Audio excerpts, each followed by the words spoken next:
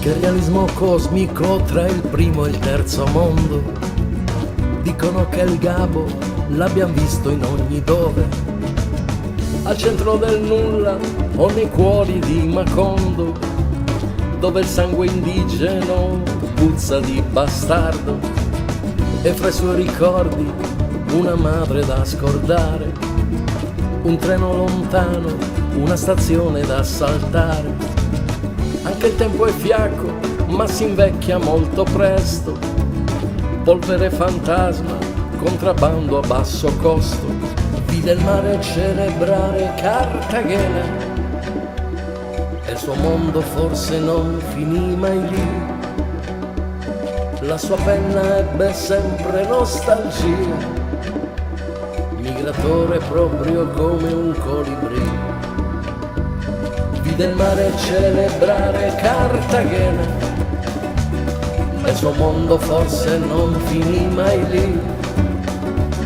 La sua penna ebbe sempre nostalgia, migratore proprio come un colibrì.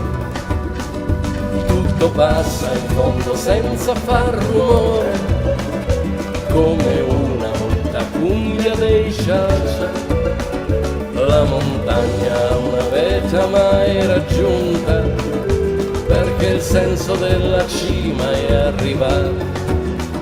Tutto passa in fondo senza far rumore, come una muta cumbia dei cialcià. La montagna ha una vetta mai raggiunta, perché il senso della cima è arrivato.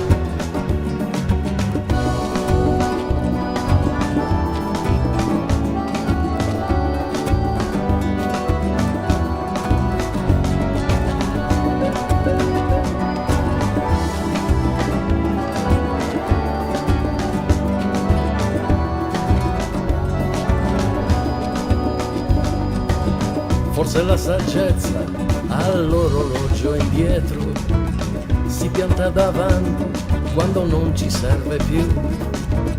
Al centro del nulla o nei cuori di Macondo, certa solitudine è scritta nel menù. Mentre il Gabbo scrive sempre più infelice, pieno di rimpianti e di barche alla deriva. Al centro del nulla o nei cuori di Macondo resterà la scia di un colibrì che migra. Vide il mare celebrare Cartagena e il suo mondo forse non finì mai lì. La sua penna ebbe sempre nostalgia, migratore proprio come un colibrì.